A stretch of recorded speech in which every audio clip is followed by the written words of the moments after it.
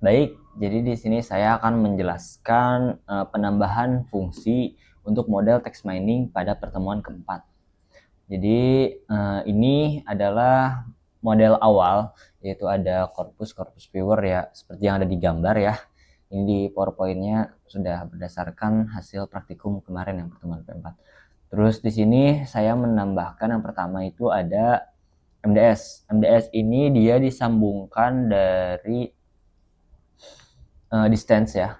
Jadi hasil MDS ini itu adalah multidimensional scaling, atau ini tuh bisa dibilang ya cara visualisasi berupa titik-titik penyebaran dokumen gitu ya, sehingga Anda bisa melihat kelompok atau cluster secara teks secara spasial, maksudnya secara spasial ya secara langsung gitu. Di sini ada gambar titik-titik, jadi ada node, ada edge-nya gitu ya, yang saling berhubungan, dia akan saling tarik garis gitu ya.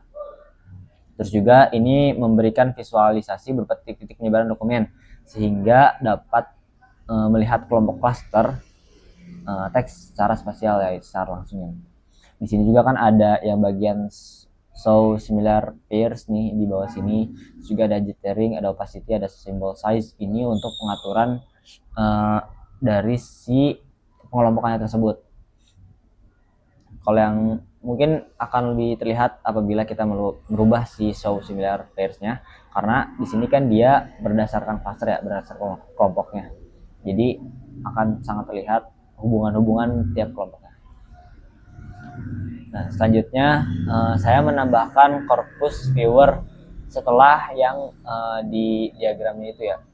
Kan kemarin tuh di pertemuan 4 ada yang diagram clustering.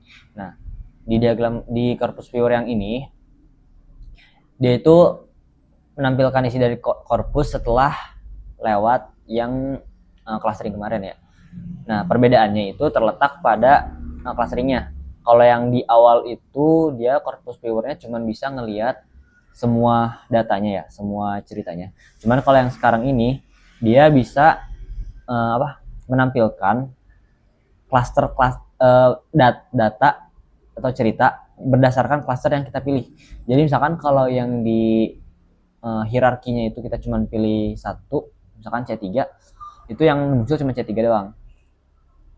Contohnya kayak gini, ini saya coba pilih C1, maka yang akan muncul itu dia cuma dari C1 doang yang masuk ke cluster C1. Selanjutnya saya menambahkan fungsi concordance ya. Ini fungsi fitur yang digunakan untuk melihat konteks dari suatu kalimat yang mengandung kata tertentu. Hal ini dapat mempermudah kita untuk mencari makna dari kata yang kita cari. Misalkan contohnya ini saya mencari kata de. De itu kan banyak muncul ya di cerita-cerita, terutama di dokumen ini. Nah, di sini dia menampilkan de itu ada di kalimat mana aja sih. Kayak misalkan father had to sound the elder of who was smart. Jadi dia bisa lebih mempermudah kita untuk mencari tahu kalimat mana sih yang terdapat kata itu. Baik, cukup sekian untuk penjelasan saya mengenai fungsi-fungsi yang saya tambahkan. Terima kasih banyak atas perhatiannya. Assalamualaikum warahmatullahi wabarakatuh.